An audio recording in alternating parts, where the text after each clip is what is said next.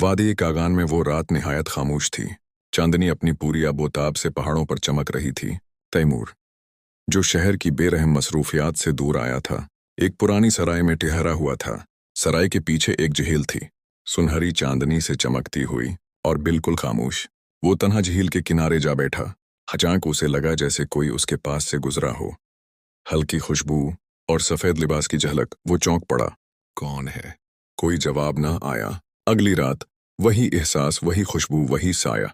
तीसरी रात वो सामने खड़ी थी, सफेद लिबास, नीली आंखें और चेहरे पर सदियों की तन्हाई।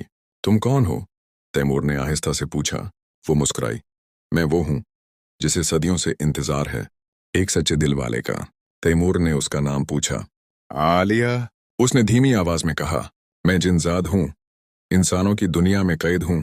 मेरा कबीला मुझे उस वक्त कैद कर गया जब मैंने एक इंसान से मोहब्बत कर ली।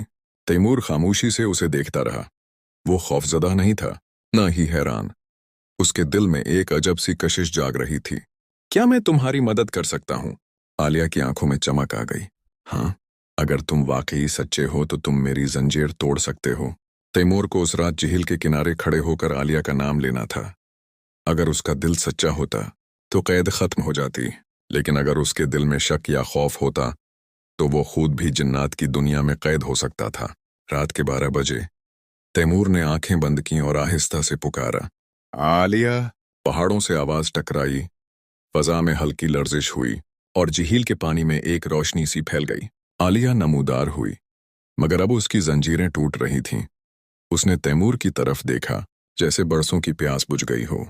तुमने मुझे आजाद कर दिया, अब तुम कहाँ जाओगी? तैमूर ने धीरे से पूछा। आलिया ने आसमान की तरफ देखा। मेरी दुनिया मुझे वापस बुला रही है, मगर तुमने जो मोहब्बत दी वो हमेशा मेरे साथ रहेगी। वो आहिस्ता आहिस्ता हवा में तब्दील हो गई, जैसे नूर बखर रहा हो। तैमूर खामोश खड़ा रहा।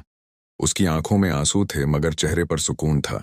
कहते हैं आज भी जब कोई सच्चा आशिक उस झील के किनारे जाता है तो चांदनी में एक साया उसे देखता है। वो आलिया होती है, आजाद, मगर हमेशा मोहब्बत की तलाश में।